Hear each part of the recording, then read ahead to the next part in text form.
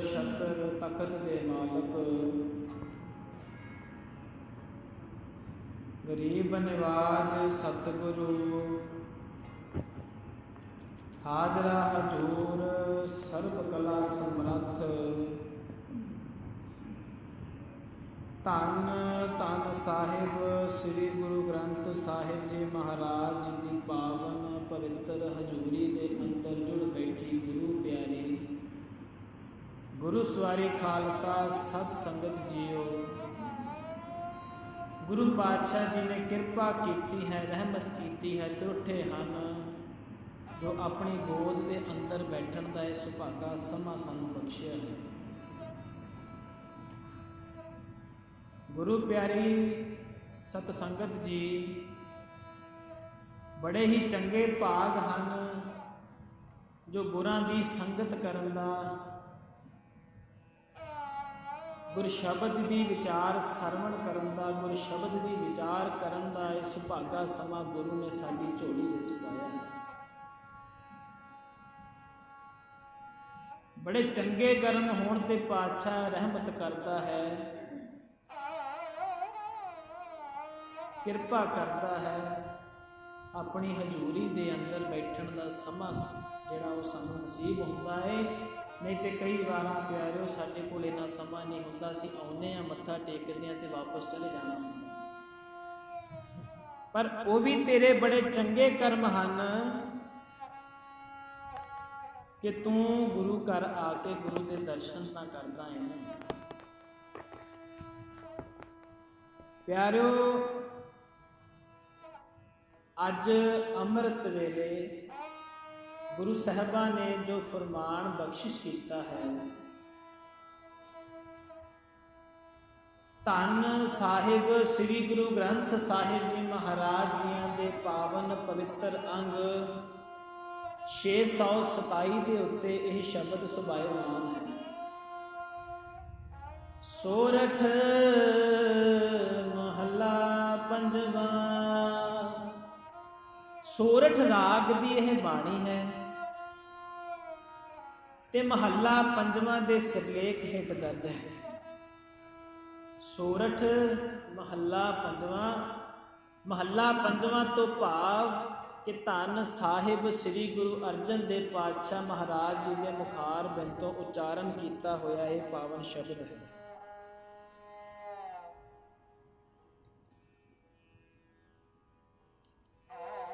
ਇਹ ਮੁੱਖ ਵਾਕ ਗੁਰੂ ਨਾਨਕ ਦੇਵ ਜੀ ਦੇ ਪੰਜਵੇਂ ਸਰੂਪ ਅੰਦਰ ਗੁਰੂ ਅਰਜਨ ਦੇਵ ਜੀ ਰੂਪ ਹੋ ਕੇ ਉਚਾਰਨ ਕੀਤਾ ਹੋਇਆ ਹੈ। ਇਸ ਸ਼ਬਦ ਦੇ ਆਰੰਭ ਦੇ ਵਿੱਚ ਗੁਰਦੇਵ ਨੇ ਬਖਸ਼ਿਸ਼ ਕੀਤੀ ਹੈ ਕਿ ਜਿਸ ਹਰੀ ਪ੍ਰਭੂ ਪਰਮਾਤਮਾ ਦੇ ਸੇਵਕ ਦੇ ਚਿੱਤ ਵਿੱਚ ਪਰਮੇਸ਼ਰ ਯਾਦ ਆ ਗਿਆ ਹੈ,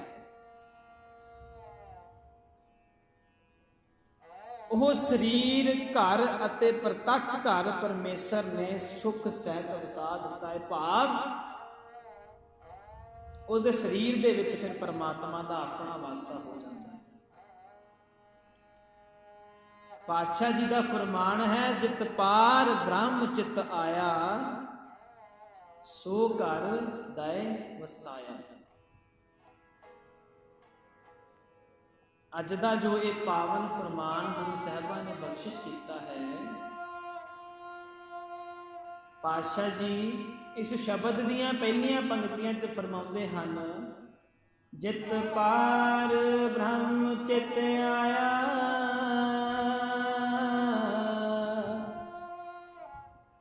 ਸੋ ਕਰ ਦਇ ਵਸਾਇਆ।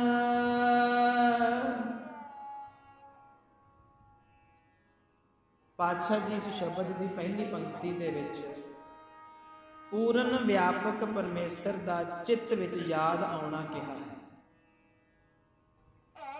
ਉਸ ਨੂੰ ਯਾਦ ਕਰਨ ਦਾ ਲਾਭ ਇਹ ਹੋਇਆ ਕਿ ਉਸ ਪ੍ਰੇਰਕ ਪ੍ਰਭੂ ਨੇ ਉਸ ਘਰ ਨੂੰ ਸੁਖ ਸਹਿਤ ਵਸਾ ਦਿੱਤਾ, ਜਿਸ ਘਰ ਵਿੱਚ ਉਸ ਨੂੰ ਯਾਦ ਕੀਤਾ ਜਾਂਦਾ ਹੈ। ਉਹ ਘਰ ਸਦਾ ਸੁਖੀ ਵਸਦੇ ਨੇ ਜਿਸ ਘਰ ਦੇ ਵਿੱਚ ਪਰਮਾਤਮਾ ਦੀ ਯਾਦ ਹੈ, ਜਿਸ ਘਰ ਦੇ ਵਿੱਚ ਪਰਮਾਤਮਾ ਦਾ ਨਾਮ ਹੈ, ਜਿਸ ਘਰ ਦੇ ਵਿੱਚ ਉਸ ਪਰਮਾਤਮਾ ਦੀ ਬੰਦਗੀ ਹੈ। ਜਿਸ ਘਰ ਦੇ ਵਿੱਚ ਸਾਰਾ ਪਰਿਵਾਰ ਬੈਠ ਕੇ ਗੁਰਬਾਣੀ ਪੜ੍ਹਦਾ ਹੈ। ਹੁਣ ਜਿਹੜਾ ਇੱਥੇ ਵਿਸ਼ਾ ਬਣਦਾ ਹੈ ਪਿਆਰਿਓ, ਸੋ ਘਰ ਦਇ ਵਸਾਇਆ, ਕਿ ਜਿਹੜਾ ਘਰ ਹੈ ਇੱਥੇ ਕਿਸ ਘਰ ਦੀ ਗੱਲ ਕੀਤੀ। ਪਾਤਸ਼ਾਹ ਜੀ ਨੇ ਗੁਰਬਾਣੀ ਦੇ ਵਿੱਚ ਬਹੁਤ ਸਾਰੇ ਘਰਾਂ ਦੀ ਗੱਲ ਕੀਤੀ ਹੋਈ। ਪਹਿਲਾ ਘਰ ਜਿਹੜਾ ਸ਼ਬਦ ਦੇ ਸੰਬੰਧ ਵਿੱਚ ਵਿਚਾਰ ਅਸੀਂ ਕਰ ਲਈਏ ਕਿ ਸ੍ਰੀ ਗੁਰੂ ਗ੍ਰੰਥ ਸਾਹਿਬ ਜੀ ਅੰਦਰ ਘਰ ਸ਼ਬਦ ਵੱਖ-ਵੱਖ ਅਰਥਾਂ ਦੇ ਵਿੱਚ ਆਇਆ ਹੈ। ਸ੍ਰੀ ਗੁਰੂ ਗ੍ਰੰਥ ਸਾਹਿਬ ਜੀ ਦੇ ਸ਼ਬਦਾਂ ਦੇ ਉੱਪਰ ਕਈ ਜਗ੍ਹਾ ਸੂਚਨਾ ਜਿਹੜੀ ਦਿੱਤੀ, ਸੂਚਨਾ ਮਾਤਰ ਘਰ ਲਿਖਿਆ ਹੈ।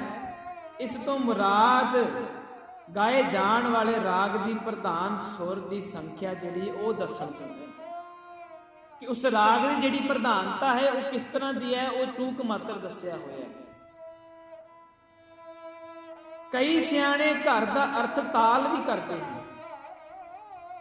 ਜਿਹੜੀ ਤਬਲੇ ਦੇ ਉੱਤੇ ਤਾਲ ਵੱਜਦੀ ਹੈ ਨਾ ਪਿਆਰਿਓ, ਉਹਦਾ ਅਰਥ ਵੀ ਤਾਲ ਹੈ। ਘਰ ਦਾ ਅਰਥ ਤਾਲ ਵੀ ਕੀਤਾ ਜਾਂਦਾ ਹੈ। ਤੇ ਘਰ ਪਹਿਲੇ ਵਿੱਚ ਗਾਉਣ ਤੋਂ ਭਾਵ ਕਿ ਇੱਕ ਤਾਲ ਵਿੱਚ ਗਾਉਣ ਦਾ ਹੁਕਮ ਕੀਤਾ ਹੈ। ਗੁਰਬਾਣੀ ਹਜ਼ੂਰ ਨੇ 17ਵੇਂ ਘਰ ਤੱਕ ਵੀ ਉਚਾਰਨ ਕੀਤੀ ਹੈ। ਜਿਹੜਾ ਘਰ ਹੈ ਇਹ ਇਕੱਲਾ ਸਾਡੇ ਜਿਹੜੇ ਘਰ ਬਣੇ ਨੇ ਉਹਦੀ ਗੱਲ ਨਹੀਂ ਪਿਆਰੋ, ਇਸ ਘਰ ਦੇ ਜਿਹੜਾ ਅਰਥ ਨਿਕਲਦੇ, ਸਰੀਰ ਵੀ ਨਿਕਲਦਾ ਹੈ। ਇਸ ਘਰ ਦਾ ਜਿਹੜਾ ਅਰਥ ਨਿਕਲਦਾ ਹੈ ਉਹ ਸਰੀਰ ਵੀ ਨਿਕਲਦਾ ਹੈ, ਸੇਵਾ ਵੀ ਨਿਕਲਦੀ ਹੈ। ਤੇ ਪਾਤਸ਼ਾਹ ਜੀ ਨੇ 17ਵੇਂ ਘਰ ਭਾਵ ਕਿ 17 ਘਰ ਜਿਹੜੇ ਨੇ ਗੁਰੂ ਸਾਹਿਬ ਜੀ ਨੇ ਇਸ ਬਾਣੀ ਦੇ ਵਿੱਚ ਦਰਜ ਕੀਤੇ ਨੇ, ਜਿਨ੍ਹਾਂ ਦੇ ਵੱਖ-ਵੱਖ ਅਰਥ ਨਿਕਲਦੇ ਨੇ। ਹੁਣ ਘਰ ਸ਼ਬਦ ਜਿਹੜਾ ਪੰਜਾਬੀ ਦਾ ਹੈ, ਸੰਸਕ੍ਰਿਤ ਵਿੱਚ ਗ੍ਰਹਿ ਸ਼ਬਦ ਆਉਂਦਾ ਹੈ। ਜਿਹੜਾ ਘਰ ਸ਼ਬਦ ਹੈ ਨਾ ਪਿਆਰਿਓ, ਉਹ ਸੰਸਕ੍ਰਿਤ ਭਾਸ਼ਾ ਦੇ ਗ੍ਰਹਿ ਸ਼ਬਦ ਤੋਂ ਬਣਿਆ ਹੈ। ਤੇ ਘਰ ਤੋਂ ਭਾਵ ਹੈ ਰਹਿਣ ਵਾਲੀ ਜਗ੍ਹਾ, ਜਿੱਥੇ ਤੂੰ ਰਹਿਣਾ ਹੈ। ਕਬੀਰ, ਜਿੱਥੇ ਤੂੰ ਰਹਿਣਾ ਹੈ ਨਾ, ਘਰ ਜਿਹੜੇ ਘਰ ਤੋਂ ਭਾਵ ਹੈ ਕਿ ਰਹਿਣ ਵਾਲੀ ਜਗ੍ਹਾ, ਕਿ ਜਿੱਥੇ ਤੂੰ ਰਹਿਣਾ ਹੈ ਉਹ ਘਰ ਦੀ ਗੱਲ ਪਰਮਾਤਮਾ ਨੇ ਕੀਤੀ ਹੈ। ਕਬੀਰ ਜਾ ਕਰ ਸਾਧਨਾ ਸੇਵੀਐ, ਹਰ ਕੀ ਸੇਵਾ ਨਾਹੀਂ। ਇਹ ਕਬੀਰ ਠਾਕੁਰਾਂ ਦੀ ਪੂਜਾ ਤੇ ਹਰੇਕ ਦਿਨ ਦੇ ਹਾਰ ਸਮੇਂ ਬ੍ਰਾਹਮਣ ਦੀ ਸੇਵਾ, ਬਸ ਠਾਕੁਰ ਦੀ ਪੂਜਾ ਤੇ ਹਰੇਕ ਦਿਨ ਤਿਉਹਾਰ ਤੇ ਬ੍ਰਾਹਮਣਾਂ ਦੀ ਸੇਵਾ, ਇਹ ਹੈ ਸਿੱਖਿਆ ਜੋ ਬ੍ਰਾਹਮਣ ਦੇਵਤਾ ਆਪਣੇ ਸ਼ਰਧਾਲੂਆਂ ਨੂੰ ਦੇ ਰਿਹਾ ਹੈ। ਕਬੀਰ ਜਾ ਕਰ ਸਾਧਨਾ ਸੇਵੀਐ, ਹਰ ਕੀ ਸੇਵਾ ਨਾਹੀਂ।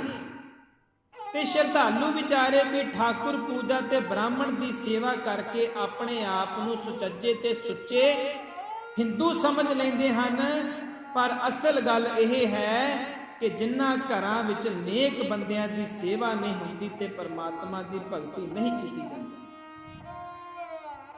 ਉਸ ਪੰਡਤ ਨੇ ਤਾਂ ਤੈਨੂੰ ਮੂਰਖ ਬਣਾ ਦਿੱਤਾ ਹੈ।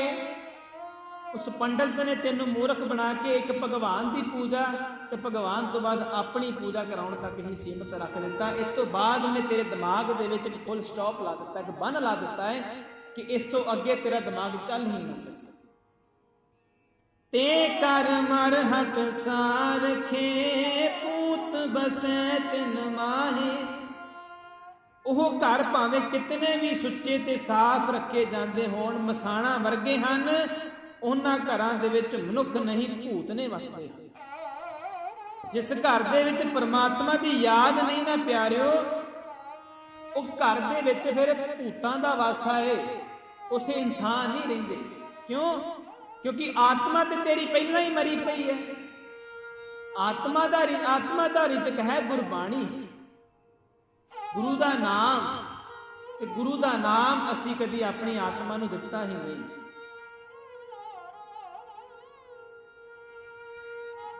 ਤੇ ਜਿਹੜਾ ਅਗਲੇ ਘਰ ਦੀ ਗੱਲ ਕਰਦੇ ਹਨ, ਹੁਣ ਘਰ ਦਾ ਅਰਥ ਜਿਹੜਾ ਇਹ ਸ਼ਾਸਤਰ ਵੀ ਆਉਂਦਾ ਹੈ।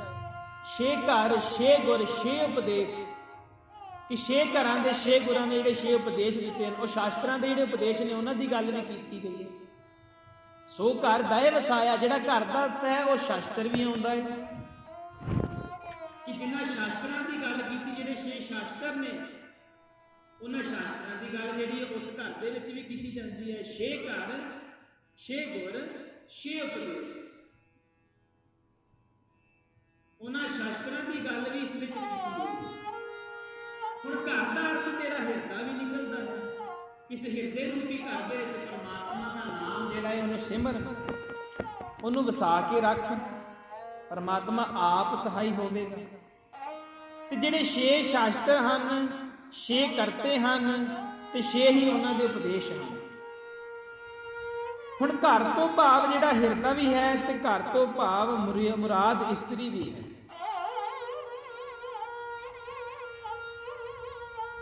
घर दे नाल उच्च विश्लेषण लग के बदल अर्थ भी निकलते हैं, क्योंकि जिहड़ी व्याकरण है प्यारिओ, इस व्याकरण की जिहड़ी व्याकरण दे नाल जेकर घर दे नाल औंकड़ लग जाए,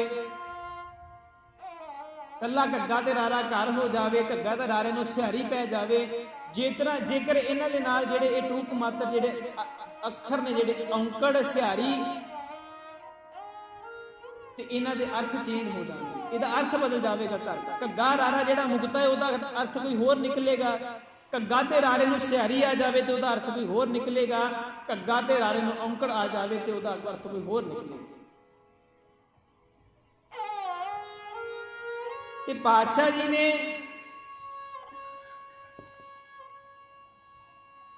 जो सानू गुरबाणी बख्शिश की है, जिहड़ी 72 घरां दी गल कीती सी प्यारे, जिहड़े 17वें घर दा गल कीती ने ना पातशाह ने, ते पातशाह जी कहंदे ने कि साडा शरीर जिहड़ा है ना, ये 72 तरीकों के सिस्टम के नाल जिहड़ा चलदा है ना, 72 घर दे विच एक पुरख समाया होया है।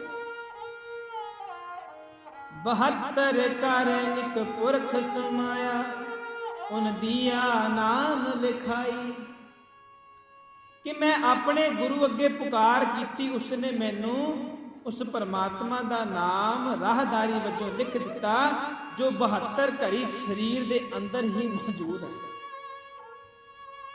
एक प्रभु शरीर दियां 72 कोठियां अंदर रमिया होया है, अते उसने मेरा नामा चुकता कर दिता, भाव कि उसने मैनू इस 72 कोठियां वाले शरीर के अंदर ही वसा दिता, ते मेरे अंदर ही वासा करके बैठ गया। धर्म राय का दफ्तर सोदिया, बाकी रिजम न काई। सतगुरु की इस मेहर सदका जदों धर्म राज के दफ्तर की पड़ताल की, तो मेरे जिम्मे रत्ता भी देना ना निकलिया, भाव गुरु की किरपा नाल मेरे अंदरों कुकर्मा का लेखा उक्का ही निकलिया।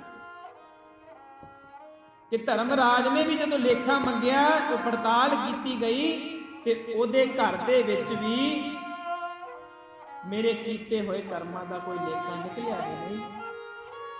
उत्थे भी उस परमात्मा ने मेरी राज रखी। हुण इतिहाद घर दे जिहड़े शब्द ने ना प्यारिओ, वो वख-वख अर्थ हैं। हुण आपां प्रतख रहण वाले घर की विचार करनी, कि रहण वास्ते घर की लोड़ तां है, हर एक छोटे छोटे जंतु नूं है। रहण वाला घर तां अकाल पुरख वाहिगुरु जी दा भी गुरबाणी अंदर साहिब श्री गुरु नानक देव जी ने दस्या है, कि जिस घर दे अंदर बैठ के वाहिगुरु सारे जीवां दी सार संभाल करता है ना प्यारिओ, जिस घर दे विच बैठ के गुरु सारियां दी सांभ संभाल करता है, इस घर की गल गुरुदेव ने वार वार गुरबाणी अंदर की। उस परमात्मा का घर सब तो सुंदर है। इस वार गुरबाणी अंदर 3 बार गुरु पातशाह जी ने सोदर दे शब्द की जिहड़ी वरतों की है। सोदर का शब्द जिहड़े असीं सोदर की बाणी पढ़ते हैं, वो सोदर जिहड़ा शब्द है वो 3 बार गुरु ग्रंथ साहिब महाराज स्वरूप विच आया। सोदर केहा सो घर केहा जितवै सर्ब समाना। ये जपजी साहिब दे विच जिहड़ी पौड़ी आउंदी है वो है। फिर अगला जिहड़ा शब्द है सो दर तेरा केहा सो घर केहा जितवै सर्ब समाले। ये रहराज साहिब दे विच आउंदा है। ते अगे आसा राग दे विच पातशाह जी ने लिखिया है सो दर तेरा केहा सो घर केहा जितवै सर्ब समाले। उत्थे मम्मे दे थल्ले पातशाह जी ने भारा जा करके एक स्रोत दिता है, एक टूक मात्र जी एक उत्थे निशानी दी कि इनू भारा करके पढ़ना, संभाले। भाव कि तिन्हां शब्दां दे विच थोड़ा थोड़ा बदलाव है, तो उस बदलाव के प्यारे अर्थ भी वक्रे निकलते हैं। वो किस घर की गल की गई है प्यारिओ, वो पातशाह जी फिर उस शब्द दे विच समझाउंदे हैं। हुण भाई गुरदास जी जिहड़े ने वो घर के बारे की फरमाउंदे ने। भाई गुरदास जी के सवैये जिहड़े ने उन्हां दे विच भाई गुरदास जी घर के जिहड़े घर जिहड़ा शब्द है उस बारे आखदे हैं, निज कर मेरो साध संगत नारद मुन दर्शन साध संग मेरो निज रूप है। कि है नारद मुनि साध संगत मेरा निज घर निवास स्थान है, अते साध संगत का दर्शन मेरा अपना स्वरूप दर्शन है। कि जिथे सत संगत वसदी है उस संगत उस अकाल पुरख परमात्मा का रूप है। साध संग मेरो माता पिता औ कुटुंब सखा,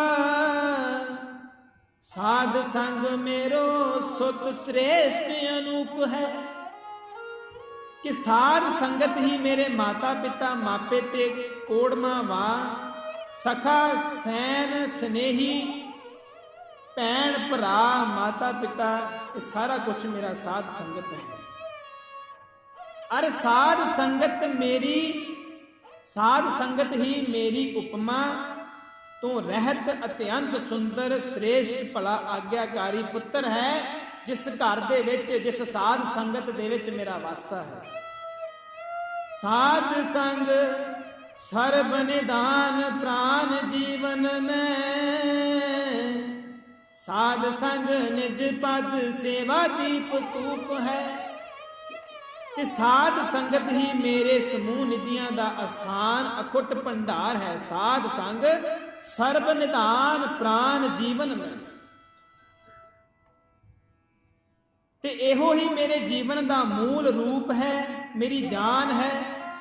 अते साध संगत ही धूप दीप आदि सेवा दा मेरा निज पद अपना स्थान आदर्श स्वरूप है। भाई गुरदास जी फरमाउंदे ने साध संगत दे बारे, उस घर दे बारे जिस घर दे विच अकाल पुरख परमात्मा दा वासा है।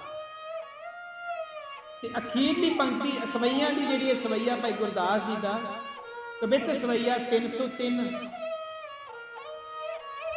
भाई गुरदास जी इस कवित सवैये की आखिरी जिहड़ी अखीरली पंक्ति है ना उहदे विच समझाउंदे ने, साध संग रंग रस भोग सुख सहज में, साध संग सोदायत उपमाया ऊप है। कि साध संगत ही मेरा सहज सुख भोग अविनाशी, साध संग रंग रस भोग सुख सहज है। कि सुखा का मानना और रंग रसां का प्यार वारसिक पना है। साध संग शोभा अत उपमा अऊप है। ते साध संगत ही मेरी शोभा अत ते उपमा अऊप है। भाव अत मैं अत सह करके उपमा जिहड़ी उस परमात्मा दी है वो साध संगत दे विच ही मैनूं मिलदी है। जिहड़ी गुरु दी उपमा है वो सत संगत दे विच जाके ही मैनूं प्राप्त होंदी है। ये पातशाह भाई गुरदास जी अपने कवित सवैयां दे विच फरमाउंदे हैं कि वह वाहिगुरु दे प्यारे भगत जना दा जिस शहर विच रहन वास्ते परमात्मा ने टिकाणा दिता है, उस सुंदर शहर का जिक्र हजूर ने इस तरह दर्शाया है। सूख महल जाके ऊंच द्वारे, ताम है वसै भगत प्यारे।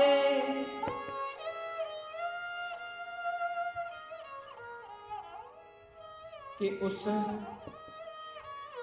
परमात्मा ने जिहड़े सूख महल तेन दिते ने ना, उच्च द्वारे दिते ने,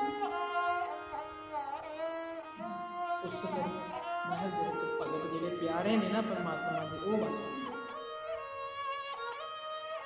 ते पातशाह जी अगे फरमाते हैं, बेगमपुरा शहर को नाओ, दुख अंधो नहीं बैठाओ। उस परमात्मा का जिहड़ा कारण है बेगमपुरा शहर है। ਜਿੱਥੇ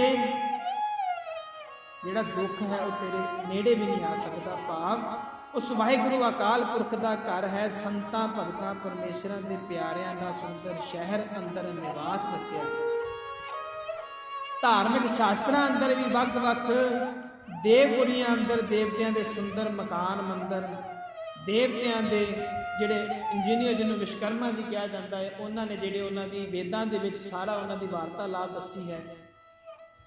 ਤੇ ਇਸੇ ਤਰ੍ਹਾਂ ਹੀ ਰਹਿਣ ਵਾਸਤੇ ਹਰ ਇੱਕ ਮਨੁੱਖ ਨੂੰ ਘਰ ਦੀ ਜ਼ਰੂਰਤ ਹੈ। ਪਹਿਲਾਂ ਭੂਤਕਾਲ ਅੰਦਰ ਮਨੁੱਖ ਦੇ ਰਹਿਣ ਵਾਸਤੇ ਘਰ ਸਾਦੇ ਹੁੰਦੇ ਸਨ। ਕਿਸੇ ਦੀ ਛੱਪਰੀ ਹੁੰਦੀ ਸੀ, ਕਿਸੇ ਪਾਸ ਕੱਚਾ ਮਕਾਨ ਹੁੰਦਾ ਸੀ, ਕਿਸੇ ਮਨੁੱਖ ਦਾ ਪੱਕਾ ਮਕਾਨ ਬਣਿਆ ਹੁੰਦਾ ਸੀ। ਅੱਜ ਤਕਰੀਬਨ ਹਰ ਘਰ ਜਿਹੜਾ ਹੈ ਉਹ ਪੱਕਾ ਕੀਤਾ ਹੋਇਆ, ਹਰ ਜਿਹੜਾ ਘਰ ਹੈ ਮਕਾਨ ਹੈ ਉਹ ਬੜੇ ਸੋਹਣੇ ਤਰੀਕੇ ਦਾ ਬਣਿਆ ਹੋਇਆ ਹੈ। ਤਾਂ ਫਿਰ ਇਹ ਘਰ ਧਰਮ ਦਾ ਘਰ ਹੈ। ਜਿਸ ਘਰ ਅੰਦਰ ਗੁਰੂ ਨੂੰ ਯਾਦ ਕਰਦੇ ਹਾਂ ਨਾ ਅਸੀਂ, ਉਹ ਜਿਹੜਾ ਘਰ ਹੈ ਉਹ ਧਰਮ ਦਾ ਘਰ ਹੈ। ਕਿਉਂਕਿ ਗੁਰੂ ਨਾਨਕ ਦੇਵ ਜੀ ਨੇ ਤਰਸ ਕਰਕੇ ਹਰ ਇੱਕ ਗੁਰਸਿੱਖ ਦਾ ਘਰ ਧਰਮ ਦਾ ਘਰ ਬਣਾ ਕੇ ਸੁੱਖਾਂ ਨਾਲ ਵਸਾਇਆ ਸੀ। ਘਰ ਘਰ ਅੰਦਰ ਧਰਮਸਾਲ ਹੋਵੇ ਕੀਰਤਨ ਸਦਾ ਵਸੋਆ, ਕਿ ਹਰ ਘਰ ਦੇ ਵਿੱਚ ਧਰਮਸਾਲ ਹੋਣੀ ਚਾਹੀਦੀ ਹੈ। ਭਾਵ ਕਿ ਸਾਰੇ ਹੀ ਘਰਾਂ, ਹਰ ਇੱਕ ਜਾਣਾ ਆਪਣੇ ਘਰ ਦੇ ਵਿੱਚ ਬੈਠ ਕੇ ਉਸ ਗੁਰੂ ਦਾ ਜਸ ਆਪ ਸਰਵਣ ਕਰੇ, ਪਰਿਵਾਰ ਦੇ ਨਾਲ ਬੈਠ ਕੇ ਗੁਰੂ ਜਸ ਕੀਰਤਨ ਸਰਵਣ ਕਰੇ। ਕਿਉਂਕਿ ਥਿਰ ਕਰ ਬੈਸੋ ਹਰ ਜਨ ਪਿਆਰੇ, ਸਤਿਗੁਰ ਤੁਮਰੇ ਕਾਜ ਸਵਾਰੇ, ਦੁਸ਼ਟ ਦੂਤ ਪਰਮੇਸ਼ਰ ਮਾਰੇ, ਜਨ ਕੀ ਪੈਜ ਰੱਖੀ ਕਰਤਾਰੇ। ਉਸ ਜਨ ਦੀ ਪੈਜ ਫਿਰ ਕਰਤਾਰ ਆਪ ਰੱਖਦਾ ਹੈ, ਜਿਨ੍ਹਾਂ ਦੇ ਘਰਾਂ ਦੇ ਵਿੱਚ ਗੁਰੂ ਦੇ ਨਾਮ ਦਾ ਪਹਿਰਾ ਹੁੰਦਾ ਹੈ, ਜਿਹੜੇ ਆਪਣੇ ਨਾਲ ਆਪਣੇ ਬੱਚਿਆਂ ਨੂੰ ਬਿਠਾ ਕੇ ਸਵੇਰੇ ਸ਼ਾਮ ਗੁਰਬਾਣੀ ਪੜ੍ਹਾਉਂਦੇ ਨੇ, ਉਹਨਾਂ ਬੱਚਿਆਂ ਨੂੰ ਗੁਰੂ ਦੀਆਂ ਸਾਖੀਆਂ ਸੁਣਾਉਂਦੇ ਨੇ, ਗੁਰ ਇਤਿਹਾਸ ਤੋਂ ਜਾਣੂ ਕਰਵਾਉਂਦੇ ਨੇ, ਉਹਨਾਂ ਨੂੰ ਚੰਗੇ ਸੰਸਕਾਰ ਦਿੰਦੇ ਨੇ, ਤਾਂ ਜੋ ਉਹ ਕਦੀ ਵੀ ਕਿਸੇ ਗਲਤ ਸੰਗਤ ਦੇ ਵਿੱਚ ਪੈ ਕੇ ਗੁਰੂ ਤੋਂ ਬੇਮੁਖ ਨਾ ਹੋ ਜਾਵਣ। ਅੱਜ ਦਾ ਜੋ ਪਾਵਨ ਫਰਮਾਨ ਗੁਰੂ ਸਾਹਿਬਾਂ ਨੇ ਸਾਨੂੰ ਬਖਸ਼ਿਸ਼ ਕੀਤਾ ਹੈ, ਉਸ ਪਾਵਨ ਫਰਮਾਨ ਦੇ ਵਿੱਚ ਗੁਰੂ ਪਾਤਸ਼ਾਹ ਜੀ ਜਿਸ ਘਰ ਦੀ ਗੱਲ ਕਰਦੇ ਨੇ, ਉਸ ਬਾਰੇ ਮੈਂ ਆਪ ਜੀ ਦੇ ਨਾਲ ਵਿਚਾਰ ਕੀਤੀ ਹੈ। ਸੋਰਠ ਮਹੱਲਾ ਪੰਜਵਾਂ।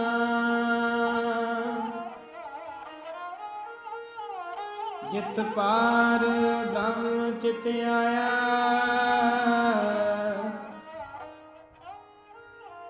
ਸੋ ਕਰ ਦਇ ਵਸਾਇਆ। ਕਿਹੇ ਭਾਈ ਜਿਸ ਦੇ ਹਿਰਦੇ ਘਰ ਵਿੱਚ ਪਰਮਾਤਮਾ ਆ ਵਸਿਆ ਨਾ, ਪ੍ਰੀਤਮ ਪ੍ਰਭੂ ਨੇ ਉਹ ਹਿਰਦਾ ਘਰ ਆਤਮਿਕ ਗੁਣਾਂ ਨਾਲ ਭਰਪੂਰ ਕਰ ਦਿੱਤਾ। ਸੁਖ ਸਾਗਰ ਗੁਰ ਪਾਇਆ, ਤਾਂ ਸਹਿਸਾ ਸਗਲ ਮਿਟਾਇਆ। ਕਿ ਜਦੋਂ ਕਿਸੇ ਵਡਭਾਗੀ ਨੂੰ ਸੁੱਖਾਂ ਦਾ ਸਮੁੰਦਰ ਗੁਰੂ ਮਿਲ ਪਿਆ ਨਾ, ਸੁਖ ਸਾਗਰ ਭਾਵ ਸੁੱਖਾਂ ਦਾ ਸਮੁੰਦਰ, ਤੇ ਸਹਿਸਾ ਹੈ ਸਹਿਮ। ਸੁਖ ਸਾਗਰ ਗੁਰ ਪਾਇਆ, ਤਾਂ ਸਹਿਸਾ ਸਗਲ ਮਿਟਾਇਆ। ਕਿ ਤਦੋਂ ਉਸਨੇ ਆਪਣਾ ਸਾਰਾ ਸਹਿਮ ਦੂਰ ਕਰ ਲਿਆ। ਭਾਵ ਕਿ ਉਹਦੇ ਅੰਦਰੋਂ ਜਿੰਨੇ ਵੀ ਸ਼ੰਕੇ ਸੀ ਨਾ, ਜਿੰਨੇ ਵੀ ਸੰਦੇਹ ਸੀ, ਉਹ ਦੂਰ ਹੋ ਗਏ। ਹਰ ਕੇ ਨਾਮ ਕੀ ਵਡਿਆਈ,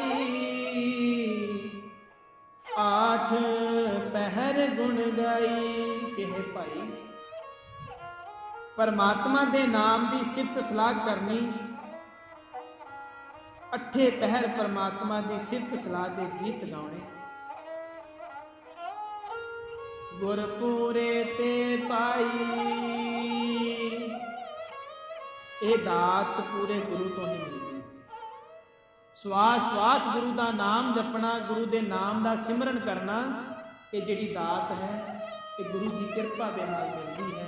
ਇਹ ਗੁਰੂ ਪਾਤਸ਼ਾਹ ਜੀ ਦੇ ਅੱਗੇ ਅਰਦਾਸਾਂ ਬੇਨਤੀਆਂ ਕਰ ਕਰਕੇ ਝੋਲੀ ਅੱਡ ਅੱਡ ਕੇ ਮੰਗਣੀ ਪੈਂਦੀ ਹੈ ਇਹ ਦਾਤ। ਫਿਰ ਗੁਰੂ ਕਿਰਪਾ ਕਰਦਾ ਹੈ। ਗੁਰੂ ਪਾਤਸ਼ਾਹ ਜੀ ਕਿਰਪਾ ਕਰਕੇ ਤੁਰਟਦੇ ਹਨ, ਉਸ ਹਿਰਦੇ ਦੇ ਵਿੱਚ ਆਪਣੇ ਨਾਮ ਦੀ ਠੰਡ ਵਰਤਾਉਂਦੇ ਹਨ। ਰਹਾਉ ਪ੍ਰਭ ਕੀ ਅਕਥ ਕਹਾਣੀ, ਪਰਮਾਤਮਾ ਦੇ ਸਰੂਪ ਦੀ ਗੱਲਬਾਤ ਦੱਸੀ ਨਹੀਂ ਜਾ ਸਕਦੀ। ਅਕਥ ਤੋਂ ਭਾਵ ਹੈ ਕਿ ਕਥਿਆ ਨਾ ਜਾ ਸਕੇ, ਜਿਹਦਾ ਕਥਨ ਨਹੀਂ ਕੀਤਾ ਜਾ ਸਕਦਾ, ਜਿਹਨੂੰ ਬੋਲ ਕੇ ਦੱਸਿਆ ਨਹੀਂ ਜਾ ਸਕਦਾ। ਪ੍ਰਭ ਕੀ ਅਕਥ ਕਹਾਣੀ, ਜਨ ਬੋਲੇ ਹੈ ਅੰਮ੍ਰਿਤ ਬਾਣੀ। ਕਿ ਪ੍ਰਭੂ ਦੇ ਸੇਵਕ ਆਤਮਿਕ ਜੀਵਨ ਦੇਣ ਵਾਲੀ ਸਿਫਤ ਸਲਾਹ ਦੀ ਬਾਣੀ ਉਚਾਰਦੇ ਰਹਿੰਦੇ ਹਨ। ਭਾਵ ਉਸ ਗੁਰਬਾਣੀ ਨੂੰ ਜਪਦੇ ਰਹਿੰਦੇ ਹਨ, ਉਸ ਨਾਮ ਦੇ ਨਾਲ ਜੁੜੇ ਰਹਿੰਦੇ ਹਨ।